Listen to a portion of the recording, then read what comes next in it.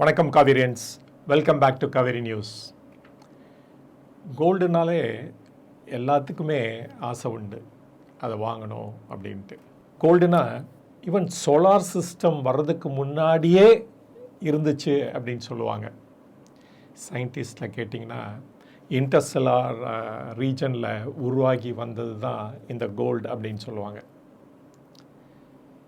இதுக்கு எப்பொழுதுமே ஒரு நல்ல மதிப்பு உண்டு. ஆஃப் லேட்டு பார்த்திங்கன்னா நிறைய இன்வெஸ்ட்மெண்ட்டும் இதில் வந்துகிட்டே இருக்குது. நம்ம எந்த மாதிரி இன்வெஸ்ட் பண்ணணும், எது சேஃபு அப்படிங்கிறதுக்காக நிறைய வீடியோ வேறு நான் போட்டிருக்கேன். நான் இன்றைக்கி security exchange board of India, இது ஒரு ரெகுலேட்டரி ஆர்கனைசேஷன், கவர்மெண்ட் ஆஃப் இந்தியானால் எஸ்டாப்ளிஷ் பண்ண ஆர்கனைசேஷன். இவங்க ஒரு வார்னிங் கொடுத்துருக்காங்க. என்ன வார்னிங் பார்த்தீங்கன்னா, கோல்டு வாங்கும்போது டிஜிட்டல் கோல்டு வாங்கிறதா இருந்தால் அதை ரொம்ப கேர்ஃபுல்லாக வாங்குங்க. ஏன் அப்படின்னா, இது ஒரு ரெகுலேட்டட் என்டிட்டி கிடையாது அப்படின்னு சொல்லியிருக்காங்க. அப்படின்னா என்னென்னா, அவங்க மேலே இந்த செக்யூரிட்டி எக்ஸ்சேஞ்ச் போர்ட் ஆஃப் இந்தியாவுக்கு கண்ட்ரோல் கிடையாது அப்படின்னு சொல்லியிருக்காங்க. அதனால் யார் யார் இதில் இன்வெஸ்ட் பண்ணுறீங்களோ அவங்களோட ஓன் ரிஸ்கில் தான் இதில் இன்வெஸ்ட் பண்ணி ஆகணும். ஏன்னா கோல்டு வாங்குறதுக்கு நிறைய ஆப்ஷன்ஸ் இருக்குது. ஜுவல்லரி கடையில் போய் நேராக ஃபிசிக்கல் கோல்டு வாங்கிக்கலாம். அதில் ப்ராப்ளம் என்ன அப்படின்னா, மேபி நகையாக போட்டுக்கலாம். நகையாக போடல அப்படின்னா அதை பேங்க்கில் தான் ஸ்டோர் பண்ணி வச்சிட்ருக்கணும். வீட்டில் வச்சுருந்தா அது அன்சேஃப் அப்படின்னு சொல்லலாம்.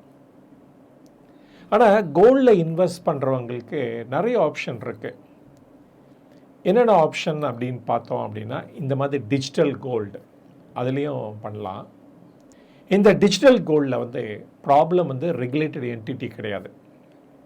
அவங்க என்ன பண்ணுறாங்க, தெர் இஸ் ஃபிசிக்கல் கோல்டு வாங்கி வச்சுக்கிறாங்களா ஆர்டர் பேஸ் பண்ணி, அதை எங்கே ஸ்டோர் பண்ணிக்கிறாங்க, கரெக்ட் டைமில். சப்போஸ் உங்களுக்கு டிஜிட்டல் கோல்டு வேணாம், அதை விற்றுட்டு நீங்கள் கேஷாவோ இல்லாட்ட அந்த ஃபிசிக்கல் கோல்டாவோ கேட்குறீங்களா, அவங்க எப்போ அதை டெலிவர் பண்ணுறாங்க, இதெல்லாம் அந்தந்த கம்பெனிக்கிட்டே விட்டுறாங்க. ஸோ அதை கட்டுப்படுத்துறதுக்கு இல்லாட்டா அதை ஓவர்சீ பண்ணுறதுக்கு எந்த ஆர்கனைசேஷன் இந்தியாவில் இன்றைக்கி இல்லை. அதனால் இது ஒரு அன்சேஃப் அப்படின்னு சொல்லிடலாம். ஆனால் இன்னொரு 2-3 இது இருக்குது, மெத்தட் இருக்குது. அதெல்லாம் ரொம்ப சேஃபு, அது ரெகுலேட்டட் என்டிட்டி அப்படின்னு சொல்லலாம். ஒன்று பாப்புலராக நான் அடிக்கடி பேசுகிறது உண்டு, கால்டு கோல்டு இடிஎஃப் அப்படின்னு சொல்லுவாங்க. There is exchange traded fund அப்படின்ட்டு. இது ஒரு செக்யூரிட்டி அப்படின்னு சொல்லலாம். எங்கே ட்ரேட் ஆகும் அப்படின்னா, ஸ்டாக் எக்ஸ்சேஞ்சில் ட்ரேட் ஆகும். ஜஸ்ட் லைக் ஷேர்ஸ் மாதிரியே ஸ்டாக் எக்ஸ்சேஞ்சில் ட்ரேட் ஆகும். நீங்கள் வாங்கலாம், விற்கலாம். நீங்கள் உங்களுக்கு பிடிச்சிருந்துச்சுன்னா அந்த ப்ரைஸு அதில் கூட வாங்கலாம். ஈவன் 50 ரூபா 100 ரூபா இருந்தால் கூட வாங்கலாம். இது யார் யார் ரன் பண்ணுறான்னு பார்த்தா, ரொம்ப ரெப்யூட்டட் கம்பெனிஸ் இந்தியா தான் ரன் பண்ணுறாங்க. அவங்கெல்லாம் யார் ஆத்தரைஸ் பண்ணியிருக்கா அப்படின்னு பார்த்தோம்னா, security exchange board of India அப்படின்னு சொல்லணும். அதனால் இது சேஃப். இந்த ஆர்கனைசேஷனில் ரன் பண்ணுறவங்க அத்தனை பேரும், தட் இஸ் இந்த ETF ரன் பண்ணுறவங்க அத்தனை பேரும் ஃபிசிக்கல் கோல்டு மெயின்டைன் பண்ணோம். சப்போஸ் ஒரு 2000 crores இவங்களுக்கு ETF மார்க்கெட்டில் இருக்குன்னா இவங்க பேரில், தென் அதுக்கு ஒருத்தான கோல்டு இவங்க மெயின்டைன் பண்ணோம். அதை செக்டு வெரிஃபைடு பை செபி அப்படின்னு சொல்லணும். அதனால் இது ஒரு சேஃப் இன்ஸ்ட்ருமெண்ட் அப்படின்னு கூட நம்ம சொல்லலாம். அட் அ மொமெண்ட்ரி நோட்டீஸ் நீங்கள் விற்றுக்கலாம். வித்தின் அ டே ஆர் 2 உங்களுக்கு பணமும் உங்கள் கையில் வந்துடும். அனதர் சேஃபஸ்ட் இன்வெஸ்ட்மெண்ட் எதுன்னு பார்த்தீங்கன்னா, சாவரின் கோல்ட் பாண்ட் அப்படின்னு சொல்லுவாங்க. அது யார் ஃப்ளோட் பண்ணுறா அப்படின்னு பார்த்தீங்கன்னா, RBI, that is reserve bank of India. இதுவும் அப்சல்யூட்லி சேஃபு. அண்டு இதுவும் கவர்மெண்ட் ரெகக்னைஸ் பண்ணுறதுனால, இது கவர்மெண்ட் அத்தாரிட்டிஸே இன்ட்ரடியூஸ் பண்ணுறதுனால, அது at a particular time or இன்டர்வலில் அதில் ரெடீம் பண்ணுவாங்க. திருப்பியும் கால் பேக் பண்ணி அதில் பணத்தை கொடுப்பாங்க. ஆனால் ஃபிசிக்கல் கோல்டு கொடுக்க மாட்டாங்க, நீங்கள் எவ்வளோ இன்வெஸ்ட் பண்ணியிருக்கீங்களோ அதில்.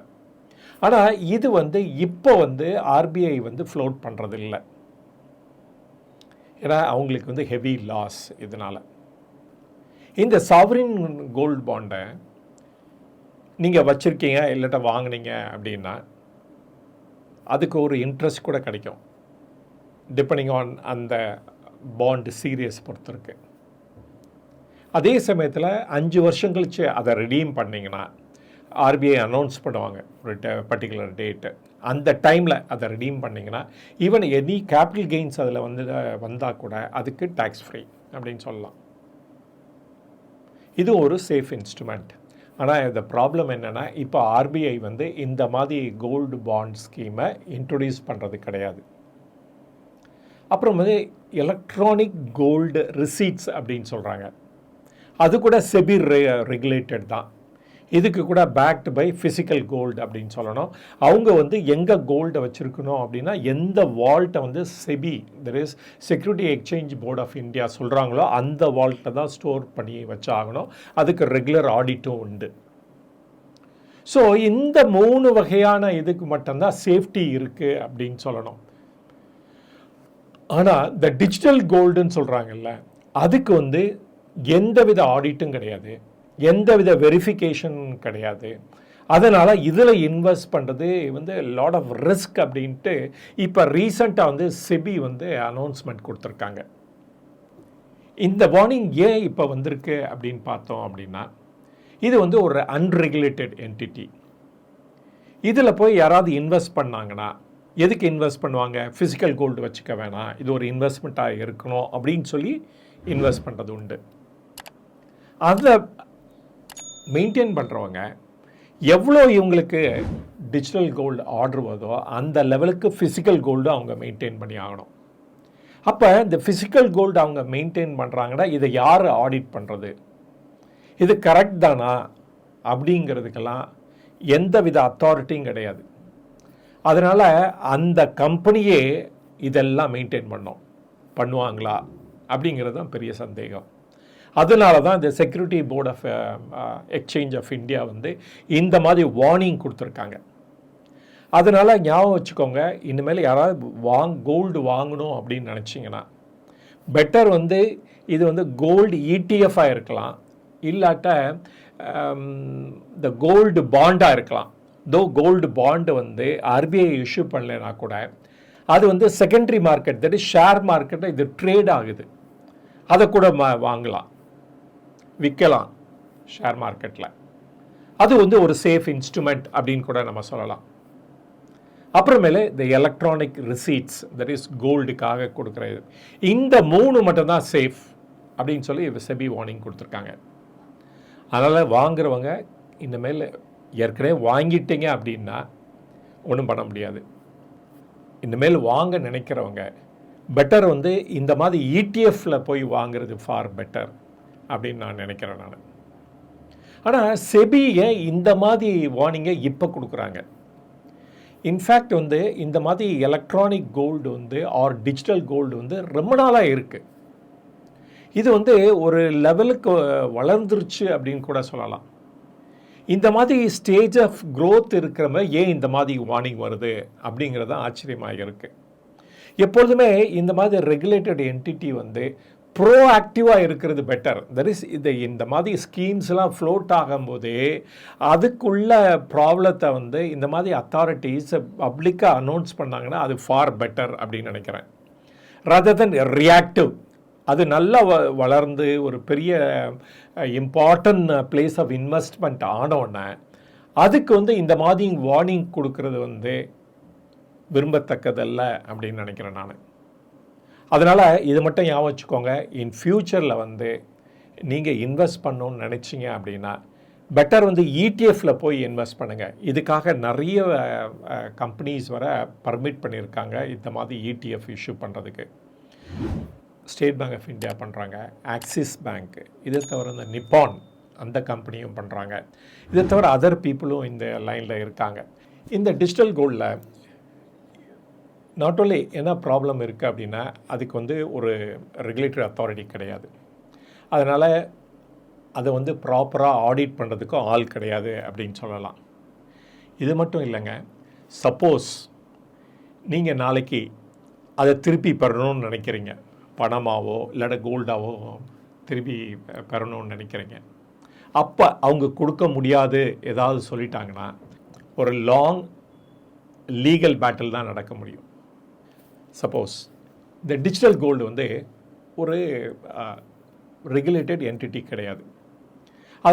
அதனால் நாளைக்கு ஏதாவது ஒரு ப்ராப்ளம் வந்துச்சு அப்படின்னு வச்சுக்கோங்களேன், நீங்கள் போட்ட காசை திருப்பி கேட்டாலோ இல்லாட்டா ஃபிசிக்கல் கோல்டாகவே நீங்கள் அவங்கக்கிட்ட கேட்டாலோ அவங்க கொடுக்க முடியாதுன்னு சொல்லிட்டாங்கன்னா தென் வந்து கோர்ட்டில் போய் தான் முறையிட்டு அதில் ஒரு சொல்யூஷன் கிடைக்க வரைக்கும் நீங்கள் வெயிட் பண்ண வேண்டியது இருக்கும்.